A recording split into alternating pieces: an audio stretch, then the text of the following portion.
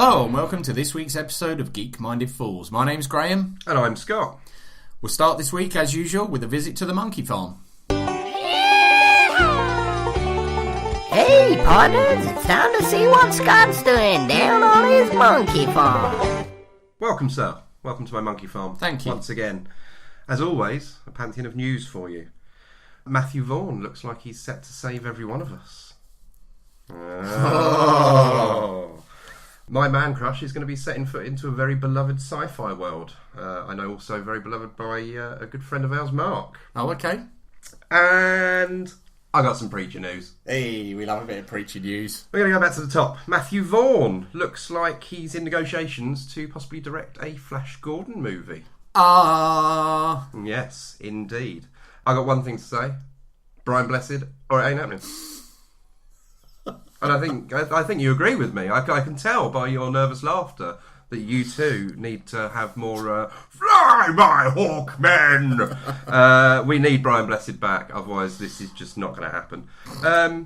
What do you think about Matthew Vaughn directing a Flash Gordon movie? I mean, given the fact that we've had Layer Cake, Kick-Ass, X-Men First Class, all pretty damn good movies. It's an odd choice. It is, isn't it? But also, obviously, Flash Gordon, a comic strip from the 30s, 40s. Yep. Made into, obviously, the famous Saturday morning serials with Buster Crabbe.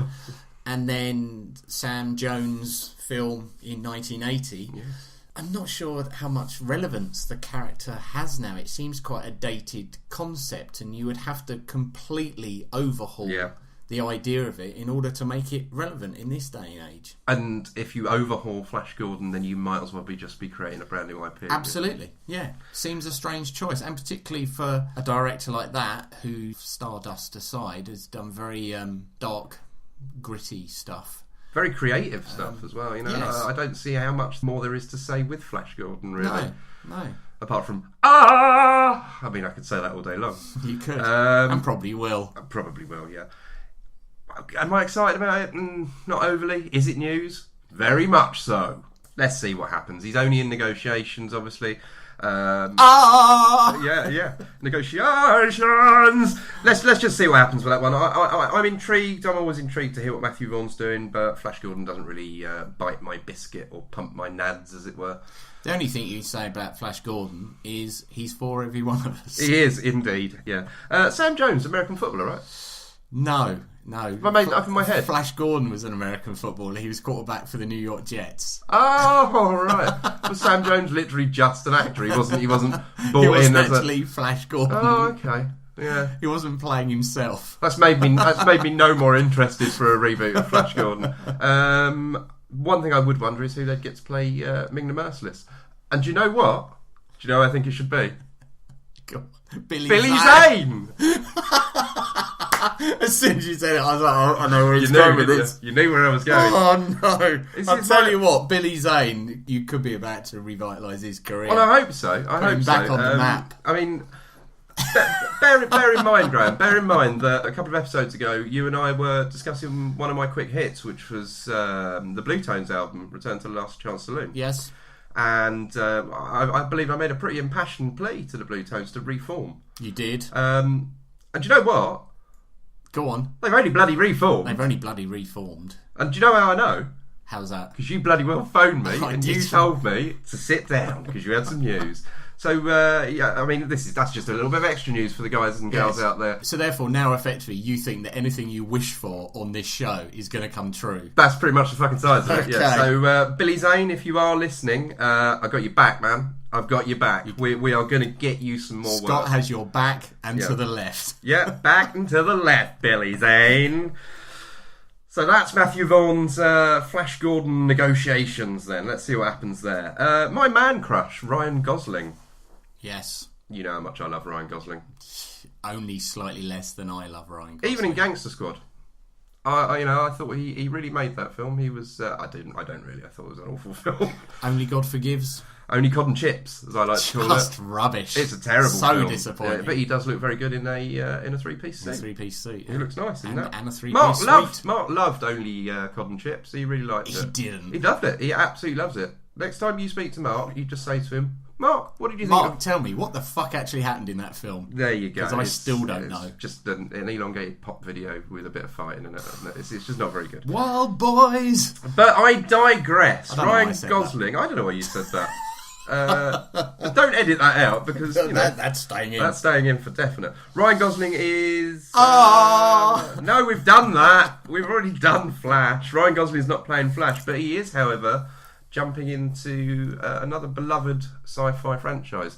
Looks like he's. Don't say it. Don't say Blade Runner. I'm going to say Blade Runner. Fuck off. It looks like he's set to join Blade Runner 2. No, please no. Well, look, at least it's Ryan Gosling, eh? And not someone, who cannot act whatsoever. At least it's Only God Forgives Ryan Gosling. Yeah. I'm intrigued.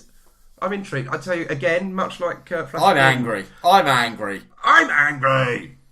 Much like Flash Gordon, I'm not really bothered about a sequel to Blade Runner. I don't think we need it. And I don't necessarily think it's a cash-in. It just seems lazy to bring this beautiful universe back. Readers should know that I'm currently staring intently at Scott, wishing him mute, so that I don't have to hear him talk anymore about this. Maybe we should skip over this bit of news. Gosling, I love you, but Blade Runner 2 a no-no. It could surprise us, but it's probably doubtful, isn't it? Do you want some more news? Do you want some happy news? Can I have some happy news? Happy news. AMC, who we love AMC, don't we? Home of the Walking Dead. Home of the Walking Dead, indeed. Now, they have finally cast Preacher. I didn't know this. Did you not know this? No. Did you know they'd cast Cassidy as well? No. You, sir, are going to do one almighty shit when I tell you. Alright, so Preacher, I kind of already pegged this a few episodes back. You did. Dominic Cooper. It is going to be him. It's going to be Dominic Cooper. And the more I look at him, next to shots of Jesse, I can see it. Okay. I think he's a good choice. Not, sir, however, as much of a good choice as I think they've made for Cassidy. Go on. Do you remember, Graham? Do I remember Graham? I am Graham. Oh, yes, of course, you are. Do you remember, Graham, a few weeks ago, we were at a lovely comic convention, weren't we? We were at a wonderful comic convention. Which I'm imagining now our listeners are probably just sick of hearing about. Yeah. So we won't go into it too much, but while we were in the hotel room one night, once I fended you off and stopped your advances and told you had to sleep in your own big bed. Yes. It was playing hard to get. Yeah, very much so. You suggested we watch a film, didn't you? Do you remember what film we watched? Now, we've spoken about it. Lockout. We did. Guy Pearce? Guy Pearce is in Lockout, you're right. Oh my god! Yes, it's Joseph from Gilgun Mrs. is England. playing Cassidy. No! Oh my god, it's amazing! Are we somehow kind of pegging the future? Casting. We are casting. Doing every... Yeah. No, that's amazing. Is that a good choice? That is brilliant. It's an inspired choice. That is brilliant. So, obviously, we know Ruth Negga is playing Tulip.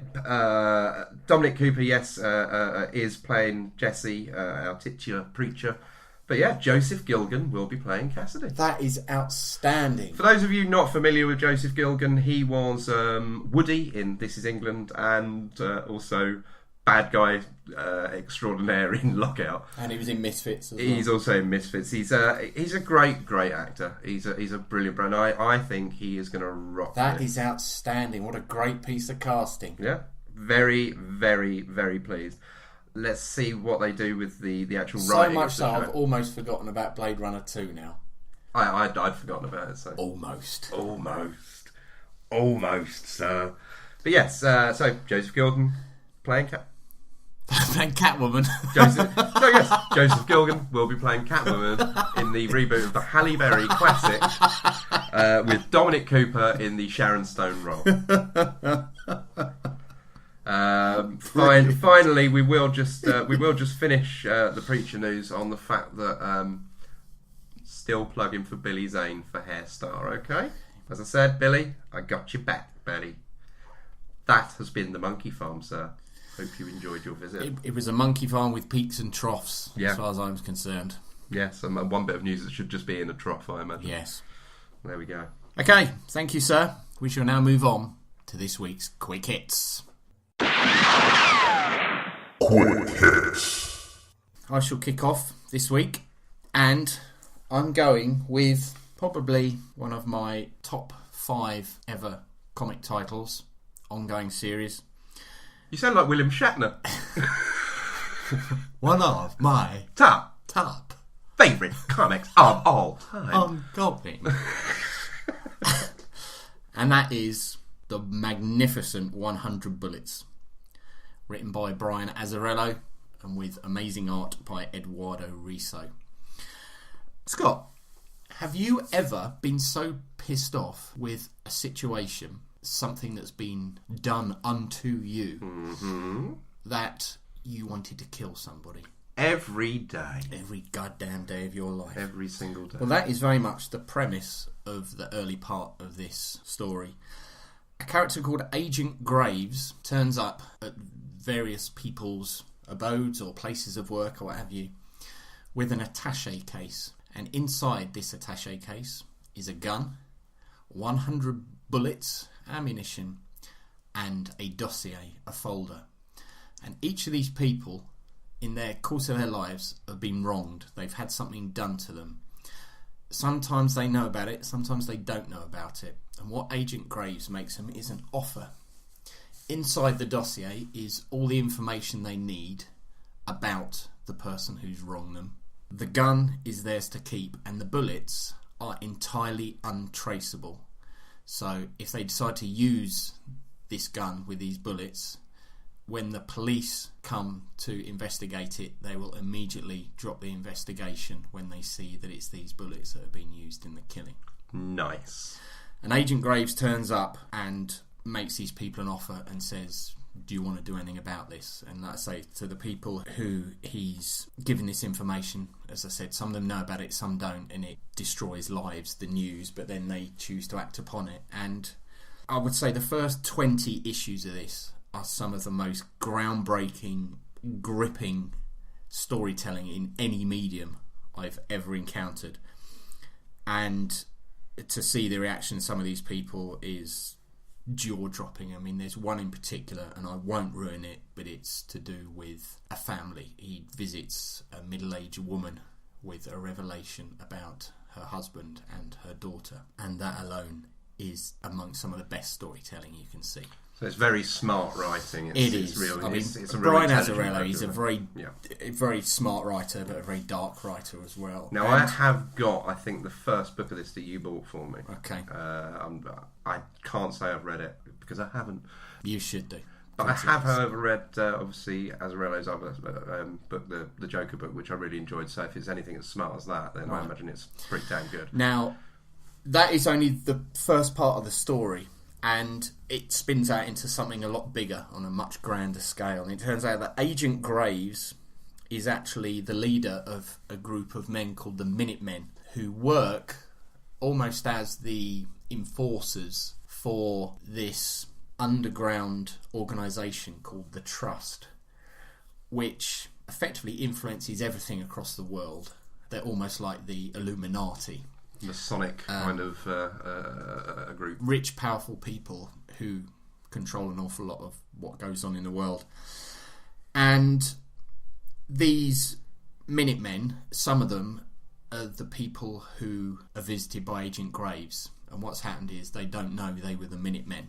Something happened. There was this event, and they were all sort of brainwashed and put underground, put back into society, and Agent Graves visiting them and doing this they're kind of like sleeper cells kind of thing, yeah. Brings them back out of it. It's then about the various relationships that form within that, and the fact that the Trust has used the Minutemen, and about how some of the Minutemen react to that and want to deal with that. And therefore you've got these Minutemen, and I mean there's some great characters in there. You've got Lono, who's this almost beast-like guy. He's very violent. He's almost a Wolverine-like character, very violent, but a bit of a heart of gold as well. Other ones who come out, you've got Milo Garrett, you've got Cole Burns, Wiley Times, which I always thought was a fantastic name. Victor Ray, Jack Daw, Remy Rome. sort of great gangster names. Yeah. And it's run by Agent Graves. There's a former agent called Agent Shepard who sort of tries to pull some of them over to his side, and they all have an agenda, and it's never really quite clear who's on what side and who's the good guy and who's the bad guy.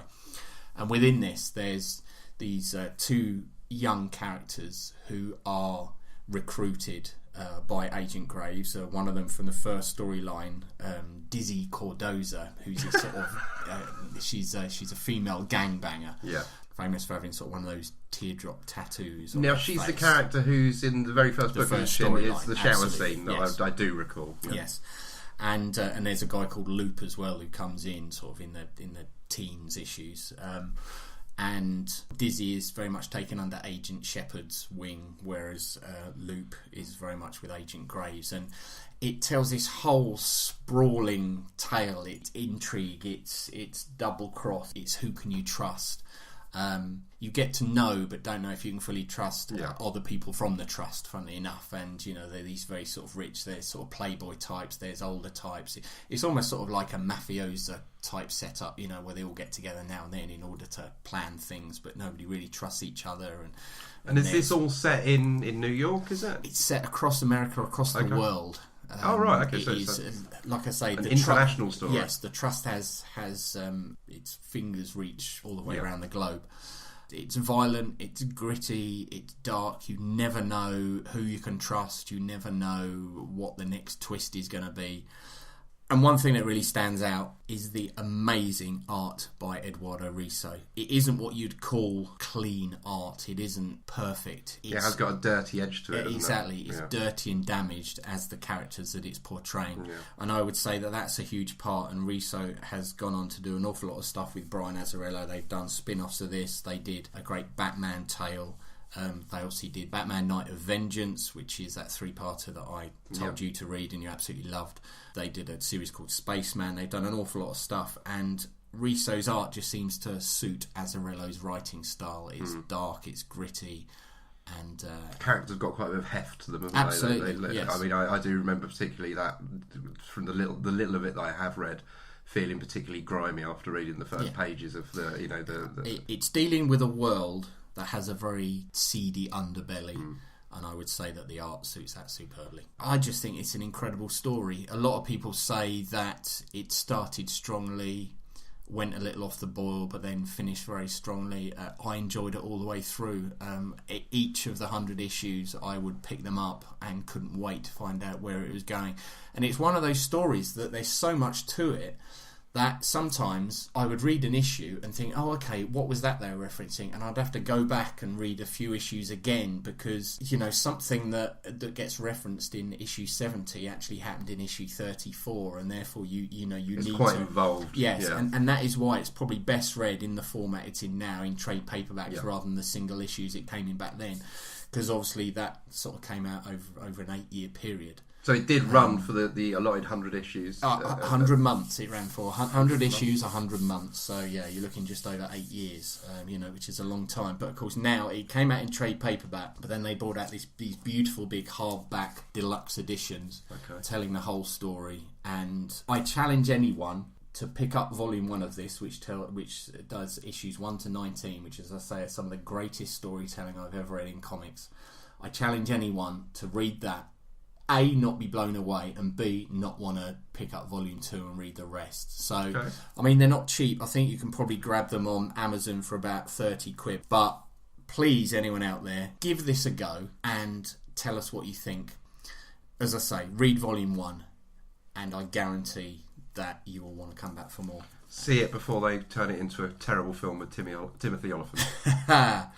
But yeah, so that's it. 100 Bullets by Brian Azzarello and Eduardo Risso.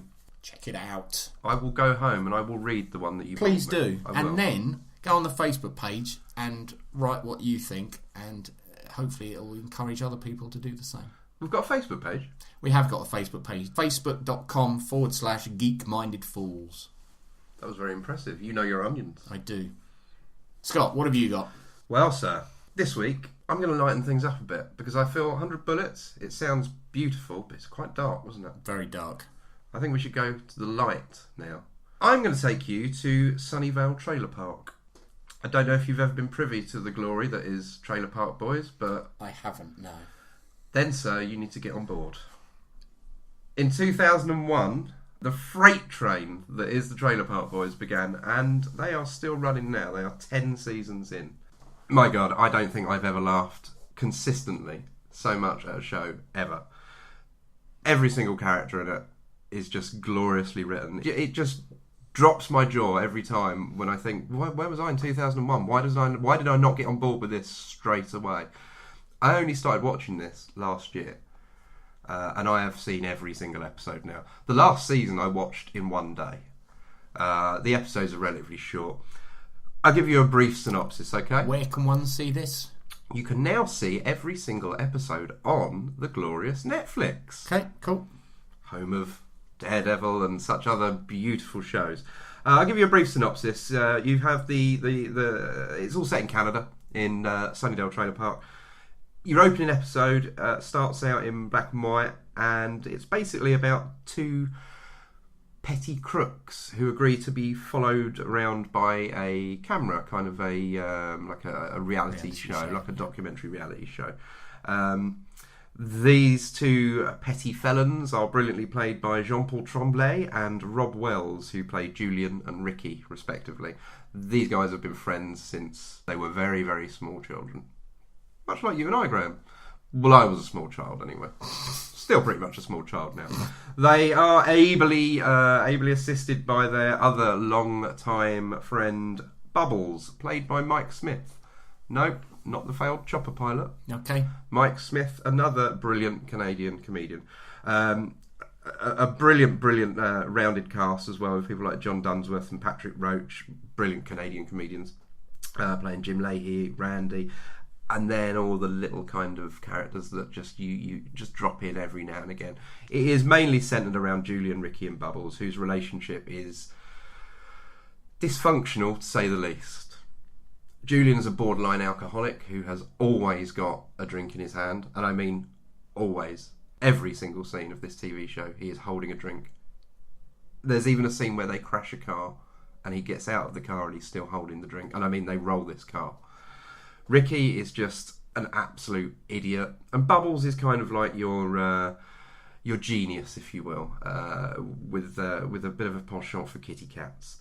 One of my favourite things about Trailer Park Boys, I think, must be the character Ricky, because he's now got what are referred to as Rickyisms, where he takes very, very well-known sayings and just completely fucks them up. But he, in his mind, believes that he's delivering these sayings correctly, and believes he's being pretty damn intelligent. These Rickyisms consist of such things like him referring to elementary school as elemental school. Friends with benefits, Ricky will refer to as friends with the Benedicts. To kill two birds with one stone, not if you're Ricky, you get two birds stoned at once. I could go on all day. I will give an honourable mention to the fact that he thinks deers are called deerts, because he's misheard it once in school and forever now refers to them as deerts. Just to have a brief talk about it does not really allow you into the world of Trailer Park Boys, which is full of references to Julian being a borderline alcoholic. Ricky, at one stage during one of the seasons, decides that he's no longer going to pay for anything that he has to have on a daily basis, like food or petrol, with money. He's decided he's now going to pay for it with weed, or with hash coins, as he makes. He pumps out these little hash coins and builds them, and it shows him going to various petrol stations and him paying for petrol in weed and such things. He's just a lovable idiot. There's not one single episode I've seen of this that didn't make me smile for one reason or another. And they've also gone on from that, and they've done a couple of feature-length films, and most recently they did a movie called SwearNet, in which they play themselves after being told by the network that they can no longer do Trailer Park Boys TV shows because they're too rude. So they decide to create their own website called swearnet.com, where everything on it has swear words in it, even the weather. So you've got the brilliant Patrick Roach, who plays Randy in the show, doing the weather, just full of expletives. One of the funniest things I've ever seen, I must say.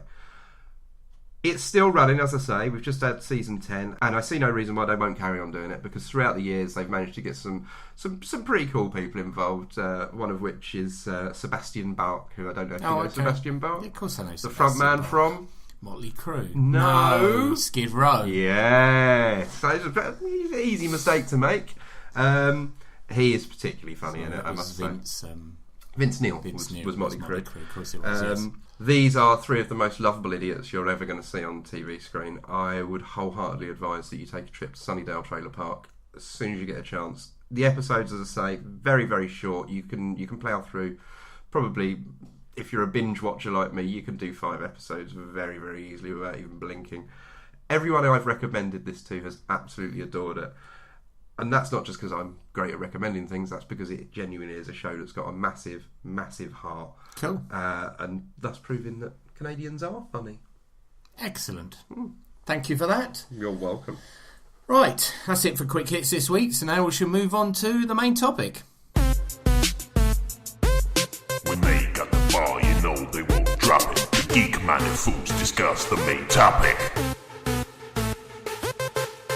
Okay, for this week's main topic, we were going to talk about just 80s films in general, because it seems like a lot of reboots and sequels are coming from a lot of the films that we loved when we were growing up, from the 80s. Yeah. And it seems to be a very popular period to be farming for ideas for movies that have come out over the last 5, 6, 7 years.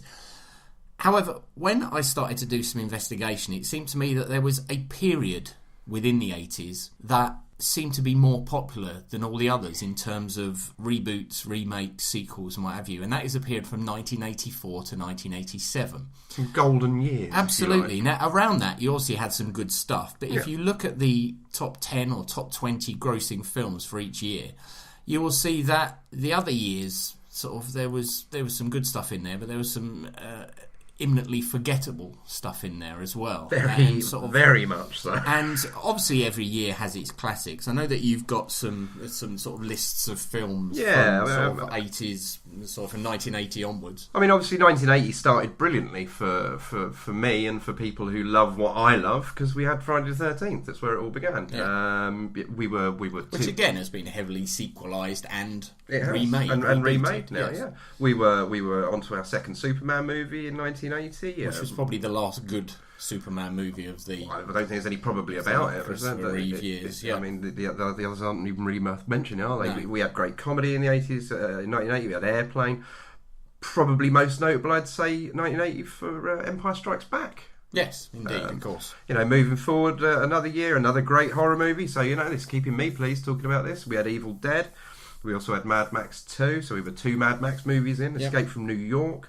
American Werewolf, and I know something that's particularly dear to your heart, Raiders of the Lost Ark. Absolutely.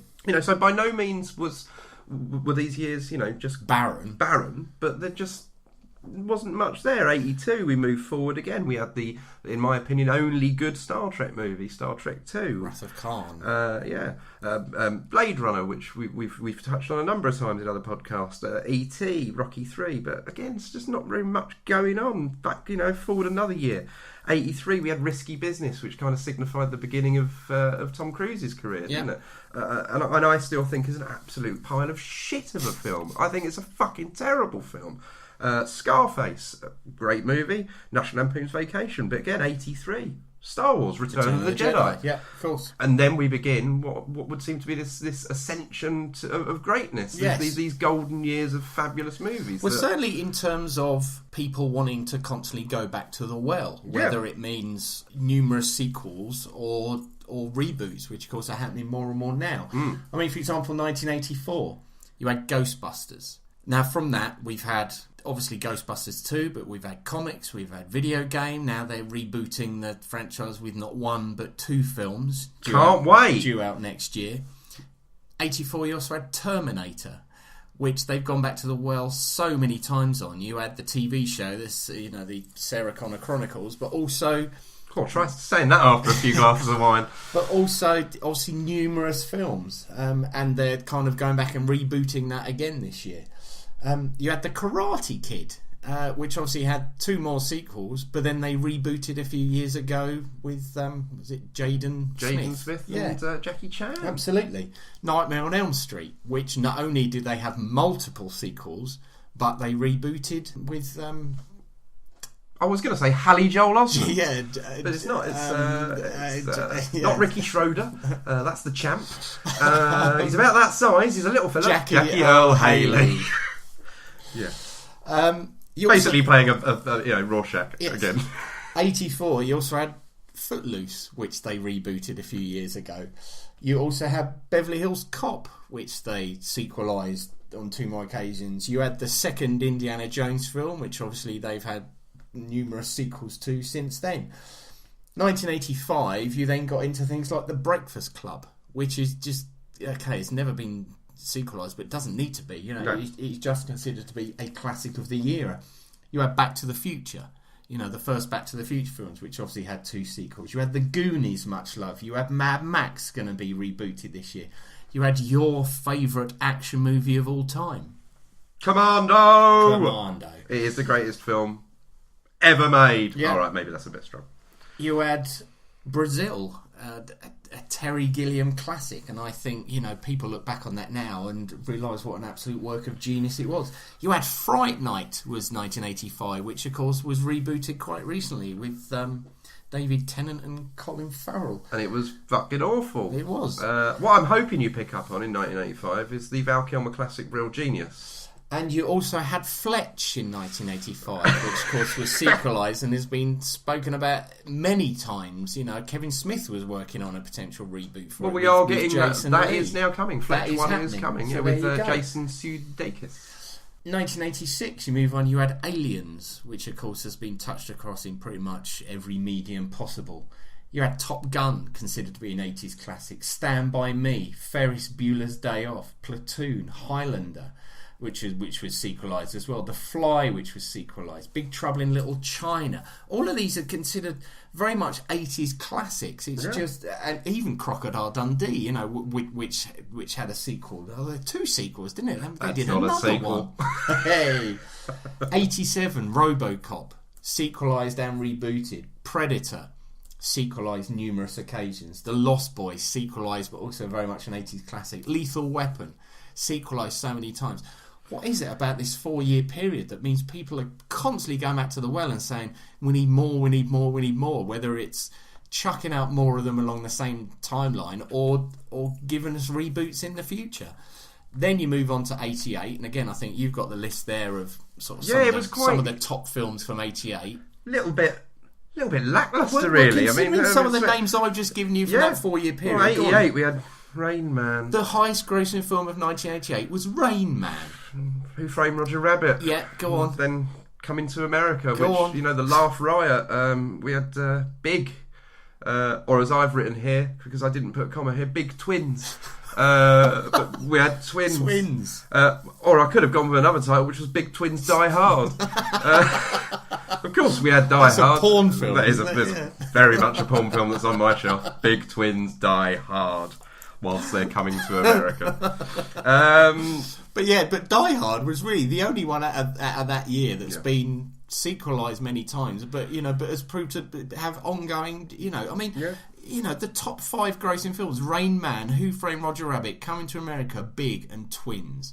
None of which I think you would ever look back. Maybe Big aside, you would look back and say, "What a classic example of 80s cinema." Out of that small list of 88. Die Hard is the only movie there that's got any legs, really, isn't it? Yeah. And then we give a flash forward again to 89, where obviously we had Batman, sequelised, Last Crusade, Indiana Jones, and Lethal Weapon, which obviously started during our dream period. Honey, I Shrunk the Kids, Back to the Future 2, Ghostbusters 2. Both started during our dream period. And of course, the classic Driving Miss Daisy, which I don't think any 80s list would be complete without. Fuck have we got Driving Miss Daisy on this list? You wrote it down. I know. Well, I also wrote down Big Twins Die Hard, so I wouldn't take too much. Yes, there was some, there's bits and pieces in there, but just across the board, you look at the top 10 films from this 4-year period, and pretty much every one of them is gold, but every one of them, movie companies have gone back to the well and wanted to do more than. And therefore, we just wanted to talk about why we think that was, and what we think of the films, and why they seem to be so enduring and have such a lasting legacy. So this period between 84 and 87 seems to be, as you've already said, the period that's been mined the most for reboots or let's sequelize this now, or in some cases let's prequelize. Yeah, it seems to be considered amongst film companies to be a golden era whereby so many golden eggs were laid that they just want to keep going back and saying, let's use this and let's make more of these because people seem to love them so much. Now, particularly in terms of reboots, I don't know if it's because a lot of the executives who are now in charge of these movie company making decisions are from our generation, therefore these are the films they grew up with, and therefore these are the things that they think, now that's a great concept, we can do that. But surely it isn't just that. Surely it's because, again, you just look at the names on those lists, the films that are there. They're all classics across the board. I mean, between 80 and 83, I feel that not just the film world, but the world in general was a little bit darker, wasn't it? The early 80s was kind of Cold War times, wasn't it? When we had films like Firefox. And no other films I could think of. War Games, there we go, yeah. So, it was a darker time in the world in general. I think as we got forward to 84, things were looking up in the world, and maybe that had a reflection on the way films were being made then, because it certainly would seem towards the end of the 80s, things just started to get bloody silly. So you think the fact that it was a much nicer time in the world is what gave us films like Terminator, Nightmare on Elm Street, exactly, Gremlins, Aliens, very, very much so. Fright Night was because the world was a lovly place. I mean, come on, we had Footloose in there and The Last Starfighter. There was something for everyone. You may have hit something there. These films were directly born out of the end of the Cold War. This is what we're saying. That's it. Wrap this episode up. We've solved it, Graham. We've solved it. We have. I mean, out of that period, as I'm probably going to refer to 100 times as the golden years of the 80s, what really sticks in your mind? What's a film that really kind of signifies that period for you? If I was to go through year by year, looking at those films and saying which are the ones that define that period for me, 84 would be Ghostbusters. I've commented before on how much I love that film, how much that was such a huge part of my teen years. And second film I saw in the cinema. There you go. The first film I went to see twice. Probably one of the first films I bought on VHS. Because I just loved it and couldn't get enough of it, and still can't get enough of it. Still love to watch it now. Don't feel that it's aged so that it's no longer relevant. Performances like that.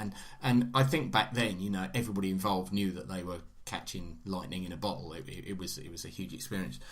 85, I would have to say Back to the Future. Which I think was such a huge sort of product of its era, but a great concept, a timeless concept. Detracted from maybe a little by Back to the Future 2, which I still think is a little overcomplicated, and I feel sort of it was only 3 that they really sort of got back to the real meaning behind 1. In 85 to 87 was when I was at college. I don't know if I've ever told you this, but when I was at college, I was doing English literature and communication studies. So what happened? And where did it all go wrong? And because of that, I was going to class with some very creative people, and we decided that we were going to launch a magazine, a magazine for the college. A fanzine? Yes, and because it was a college in Weybridge called Brookman's Technical College, and so we decided that we were going to call it Technical Hitch. Nice. For this, because I was the big movie fan, it was decided that I would be the movie reviewer. And so the first movie that I went to see for it and reviewed for it was Back to the Future, and therefore that will always make me think of that. I would have to say that 1986, for me, the big film was Aliens. And again, I can remember being at college and having hired that on VHS and sitting there watching it and needing to go back for a lecture and missing the lecture because I just had to watch through to the end. It was just an outstanding film. I remember being blown away, almost literally breathless by just the action and all that sort of thing for that. And I would have to say that 87, I'd have to go for Dirty the Lost Dancing. Boys. I'd have to go for the Lost Boys. I knew you'd say well. The Lost Boys, I was so into that film. It was just outstanding. It was so different. It was when I didn't hate Joel Schumacher. Yeah, I always forget it's him that did that. Yeah. I do love The Lost Boys, don't get me wrong, but I think I've watched it recently, and there's an element of Keith Sutherland in it. There's an element of being just a smug prick. It is a good film, don't get me wrong, I do love it. I just love everything about it. You know, to me, I mean, for a while, Keith Sutherland was my hero for that performance. You know, whether you think he was being a smug prick or not, I just think... But he was playing a smug prick because, you know, what was the thing? Never grow old, never die, it's fun to be a vampire. And he was an absolute reflection of that. I must admit, I believe they're on a beach, the beach party scene, where all the vamps come and take out all the party goers. Yeah. You've got Alex Winter's in there, isn't he? Yeah. And obviously Keitha and the rest of his gang. I still think that's a great vampire scene. Absolutely. I think probably one of the best. And there's modern there's a skinhead guy, and he's biting into the top head and peeling his scalp back. It makes a lovely noise. Yeah, and it is a great movie. The Frog Brothers, of course, you know, brilliant characters. Absolutely. And Feldman and Haim, the core is at the top of their power. What is the dog called? Nanook. What is he singing in the bath?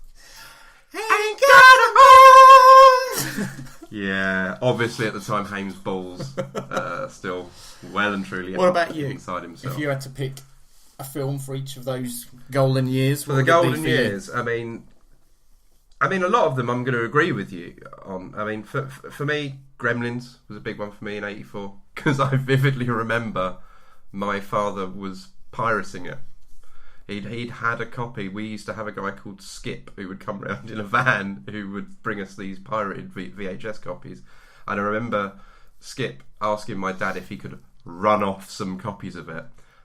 And I'll always remember that he'd left it running, recording, and said I could watch it.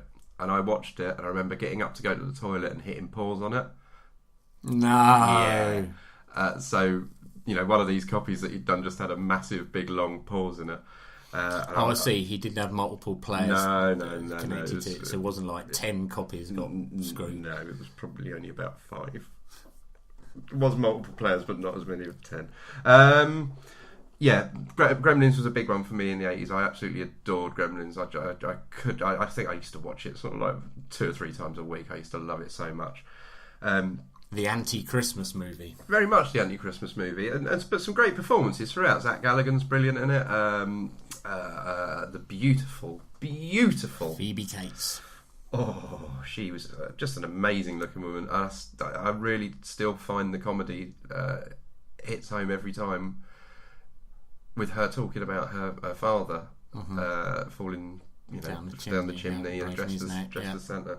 Obviously it's not meant to be, it's meant to be blackly comedic, but I just think it's so well delivered. And I thought at the time, looking back on it now as more of a seasoned moviegoer, if you like, and someone with a bit more knowledge of film and how stories put together, the scene with Stripe after he's transformed running through the snow, it makes no fucking sense because the snow would transform him. He doesn't need to be in the pool. It's water, isn't it? It's wet. It's going to transform him. Things like that, obviously, as a younger man, I didn't pick up on. So the film was just joyously brilliant all the way through. Brilliant special effects. Gizmo was brilliantly realised. All the actual gremlins themselves. And of course, the Dory's Tavern scene is just so joyous with the Flasher Gremlin and of course the Gremlin with the multicoloured balaclava who's trying to hold up the place. Just a brilliant film.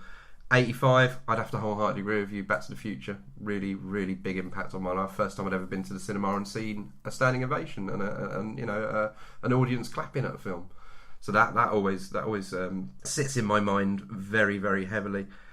Of course, those films that I've just mentioned, they were big parts of my life at the time. But now, as I've said, as an older moviegoer, there are films from that period that I could not live without. Films like, obviously, Nightmare on Elm Street and Terminator.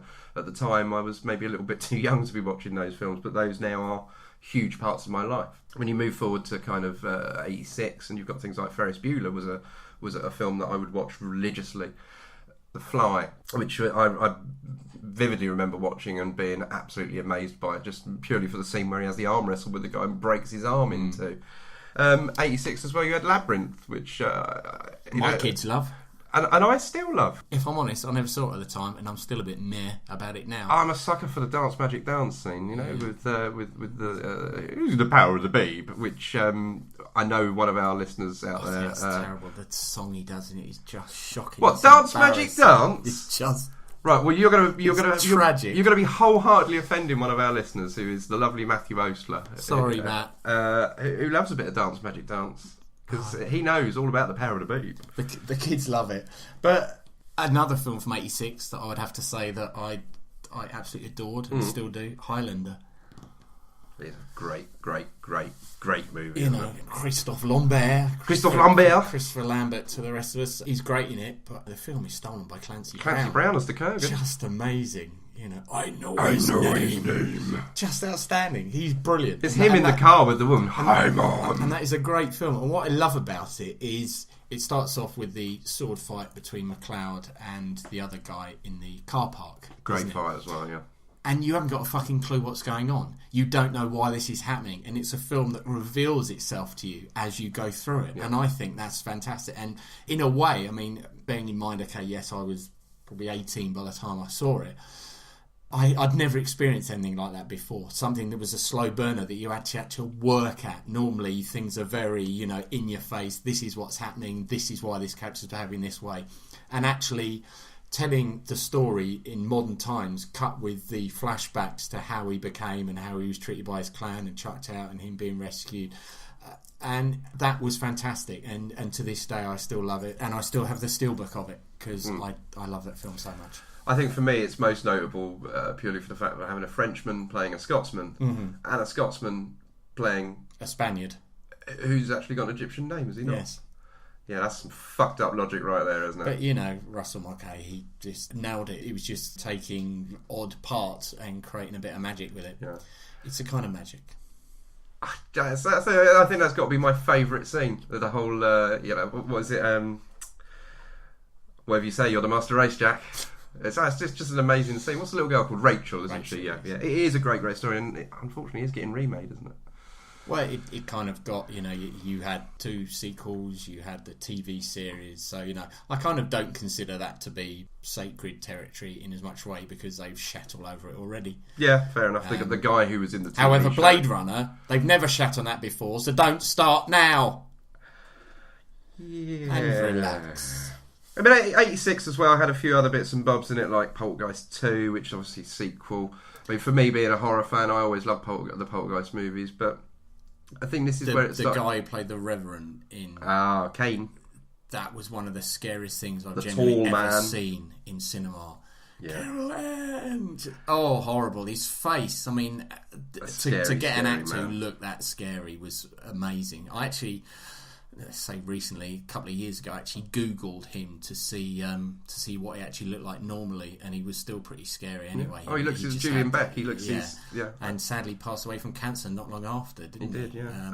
And I like to believe, in not so many, in no uncertain terms, that this whole Slender Man character that is kind of out there in the internet world, which, you know, our listeners probably will have heard of, is based on Kane. Maybe so, yeah.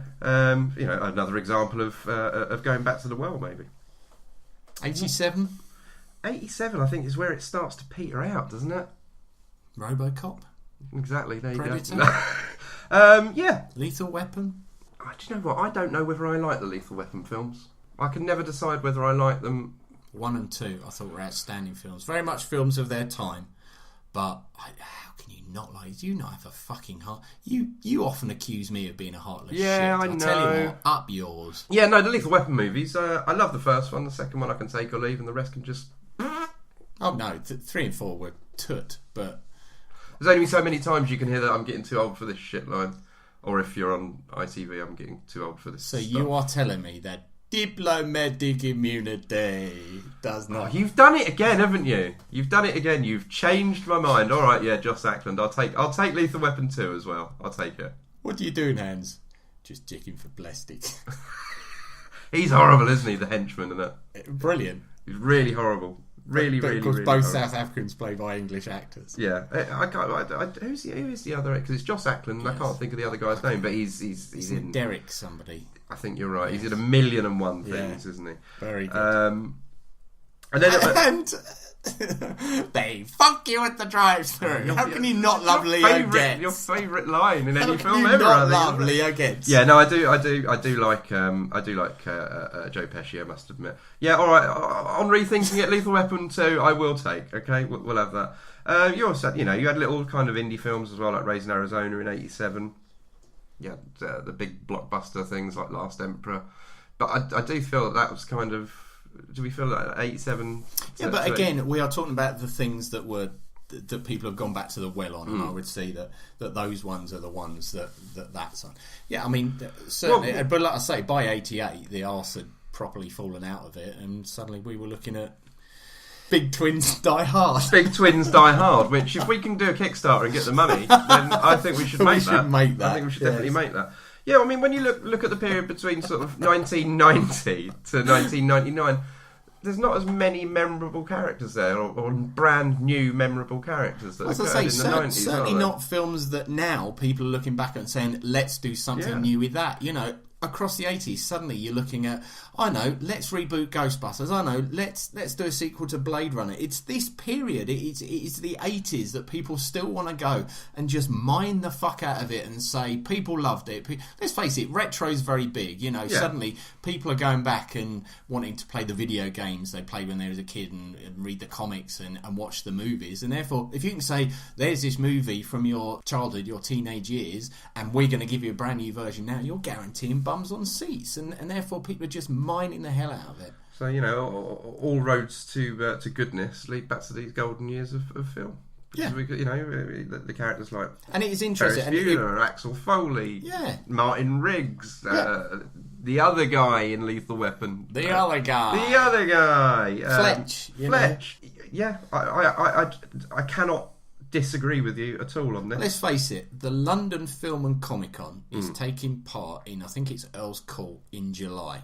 It is. They have attending this year from Back to the Future Michael J. Fox, Christopher Lloyd, Lee Thompson, the guy who played Mayor Goldie Wilson, Mark McClure, who played Marty's brother, the guy who played Marvin Berry, Chuck Berry's cousin, in the band at the end. They've got so many people from Back to the Future. This is kind of saying something, though, isn't it? That you're sitting there going, they had the guy that played, because we don't know what they're called. Yeah, but let's face it, I know. Most of the people at the London Film and Comic Con, you don't know their names. You just happen to know that they played the third security guard in episode 7 of season 5 of Star Trek The Next Generation. You don't need to know his name. If you're into that shit, you want them to sign your box set. Indeed. And I think it just goes to show how popular it is. I mean, Hot Toys, yeah? I know Hot Toys very well. Very hugely realistic looking toys that they bring out. One of the biggest selling hot toys of recent years was the Back to the Future set. They did the DeLorean and they did a Marty McFly Doc Brown set. I've not seen those. And they were huge selling. They were massive selling. They're one of the biggest selling hot toys. Is the DeLorean in scale to the figures they've released as well? I honestly don't know. Okay, I shall look into that. I just saw the two things. But people still love that stuff and people still want to go and see it and people still want to enjoy it. And I think, it is interesting. It only came out of the fact that I started looking across the 80s as a general time for stuff being mined, and it seemed like it was this 4-year period in the middle, slap bang in the middle of the 80s, that people are constantly going back to and saying, people want more of this. This is gold. People want it. So, do you think you could possibly pick one film in that period that just still you can go back to and watch religiously? I mean, there's obviously a number. There's going to be a number in there. Okay. But is there one? I've given one per year. I've given Ghostbusters, Back to the Future, Aliens, and The Lost Boys. Mm-hmm. Yeah, those were my 4 big films from that era. One per year. If you were to say to me, Graham, you can only watch one of those again for the rest of your life, it would be a hard choice to pick between Aliens and Ghostbusters, but I would probably have to go for Ghostbusters. That's a very good choice. You? I'm not going to go for Ghostbusters. Well, you can't. Because I can't, because you've got it. And there's only one copy of it left in the world. You can always come around and watch mine. I can come to your desert island and watch your copy of... do you know what? Dirty Dancing. You're right. It's the watermelon scene. It's the whole, I carried a watermelon Fuck you, Dirty Dancing. I don't know what that is because I've never seen Dirty Dancing. Have you not? You've never seen Dirty Dancing? It's one of my wife's favourite films. I've never seen Dirty Dancing. Well, you have. Do you not have kind of like you're honour bound by marriage to watch this? And no. I tell you what, if you want to know honour bound by marriage, there is another film that I would say is in my wife's top 3 films of all time. She adores it. It's from this period. And I've never ever seen it, and I don't think I've ever told anybody this before on this podcast or anything else. Because what I was always going to do in our previous podcast, we also had a game called One False Movie, and I was going to put this in as one of my One False Movies because I thought they're never going to think I'd never seen this film. Wow! All right, this is interesting. And my wife, I would say every 2 months, she says, "Right, come on, we're going to sit down and we're going to watch this film." And I say, yeah, okay, fine. And we never get around to it. And I've never seen it. It is an absolute 80s classic. It's from this 4-year period. I've never seen Stand By Me. What? I've never seen Stand By Me. And the worst thing about that is, you will love it. I'm sure I will, but I've just never seen it. And it is one of my wife's top 3 films. She's had it on DVD. She's now got it on Blu-ray. She's constantly saying to me, right, this weekend we're going to sit down and watch Stand By Me. I've never seen it. It is a fabulous film. Yeah, I'm sure it is. A great I've film. I've obviously seen clips. I've heard a great many things about it. Never seen it. Well, mine, I think, will be no surprise to you at all, because it's obviously going to be Commando. What? Please be joking. As much as I'd like to pick Commando as my favourite film of the era, Oh my and I really God. would like to pick it, I can't because it's not in keeping with my love of the horror genre. So for me, okay. it's going to have to be Nightmare on Elm Street, Oh, yes. which still scares me to this day. It genuinely does still scare me. It's got some amazing jump scares. Spoilers, it's also got one of the stupidest endings as well, which I don't care. I'm going to spoil it. When he What, pulls, a mannequin being pulled through a mannequin front door window. being pulled through a front door window, and then it gets even stupider when the car drives off with the hood goes over and with the it's Freddy. Yeah. the red and green sweater colours. But yeah, Nightmare on Elm Street still a fabulously scary film. Robert Englund as Fred Krueger, one of the best horror villains. He's going to be at the London Film and Comic-Con in He is. July. So it just goes to show these things have a lasting popularity. Yeah. And people are going to be paying, is it 130 quid to get their photo taken with him in his Freddy makeup? In his makeup, indeed, yeah. And so it just goes to show stuff from this period is still huge. People still love it. People are still into it. And I think that's why this particular period, like no other, the only thing that could match it is the 6-year period from 77 to 83 when Star Wars was out. People will still freak out about the Star Wars like that. But simply as years in which the Star Wars didn't happen, these 4, they're just so beloved. And their legacy continues. And I think it would be nice for us one day, maybe, to look at some of the reboots and the sequels that have come off the back of these fabulous films, just to see which were hits and which were misses. I think most of them are shit, aren't they? We can Yeah, I think we can safely say that. But there must have been a couple. Do we have to watch them? We've got to fill this fucking airtime somehow. I think some of them have been all right. Have they not? No, they haven't, have they? They've all been pretty much miss. Yes. So let's just remember the golden years. Well, this is it. People want to make money out of it, and therefore they will reboot stuff, but you've always got the originals there. And what a great time it was. And that was the lovely thing, I think, that they said when they rebooted Evil Dead. Bruce Campbell went in front of a huge audience of people and said, guys, we are remaking this. It's for a new generation, but do bear in mind that original film is not just disintegrated. It's still there. It's still there for you. You can still go back to it. You can still watch it anytime you want. And I suppose that's kind of the message that we can take for that whole period. Those original films are always going to be there for people like you, for people like me, and for people fresh to the films as well. There's always going to be something for them to choose from, especially from those amazing years. Definitely. Okay, cool. Remember, we've got the Facebook page, which is facebook.com/Geek-Minded Fools.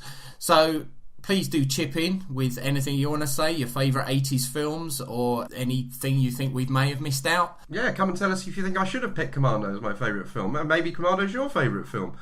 maybe you've got a film that you want us to discuss in future. Maybe you've got a film that you want us to watch. Yeah. And do a little bit of a commentary over the top of.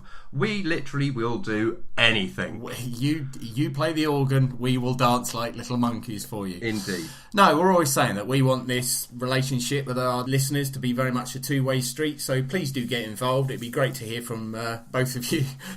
Hey! Thanks, Matt. And thanks, John.